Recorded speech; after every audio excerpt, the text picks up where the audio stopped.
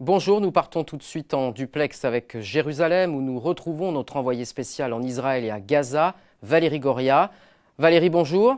Bonjour Fabien. Au lendemain du coup d'envoi de l'opération terrestre de l'armée israélienne, vous vous êtes rendu ce matin dans la vieille ville de Jérusalem. Valérie, quelle était l'atmosphère sur place? On perçoit très clairement un sentiment de frustration, de colère, d'inquiétude.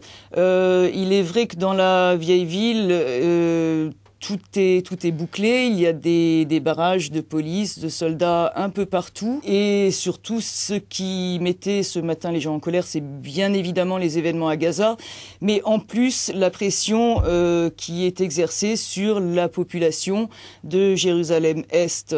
Cet après-midi, on me disait qu'aux abords d'Al-Aqsa, il y a eu des clashs qui ont provoqué plusieurs blessés, il y a eu des arrestations. Donc tout ça ne fait que contribuer à la colère et à l'incompréhension des Palestiniens à Jérusalem. Alors justement, alors que les hostilités redoublent et que les victimes se multiplient, le camp de la paix tente de se mobiliser. Valérie, vous avez assisté hier à une manifestation. Ce sont des mouvements assez minoritaires en Israël en ce moment.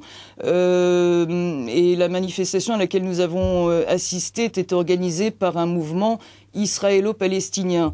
Mais parmi ces quelques centaines de personnes, on a vu très peu de Palestiniens et on nous disait que ce qui se passe à Gaza suscite trop de colère pour que ce type de manifestation soit vraiment suivi par les deux communautés. Un peu plus loin, on a vu une petite contre-manifestation d'un groupe d'extrémistes israéliens qui criait qu'il fallait raser Gaza. C'était assez frappant. Ce camp-là est minoritaire également, très minoritaire, mais en même temps il y a parmi les Israéliens un sentiment d'inquiétude, d'angoisse qui est très contesté côté palestinien, puisqu'on ne comprend pas que le pays qui dispose de la 5e plus puissante armée du monde fasse une telle démonstration de force et de violence envers une population beaucoup plus démunie, dont les Israéliens disent qu'elle est manipulée par le Hamas. Merci Valérie Goria, l'envoyé spécial d'Euronews en Israël et à Gaza. Merci. Merci à vous.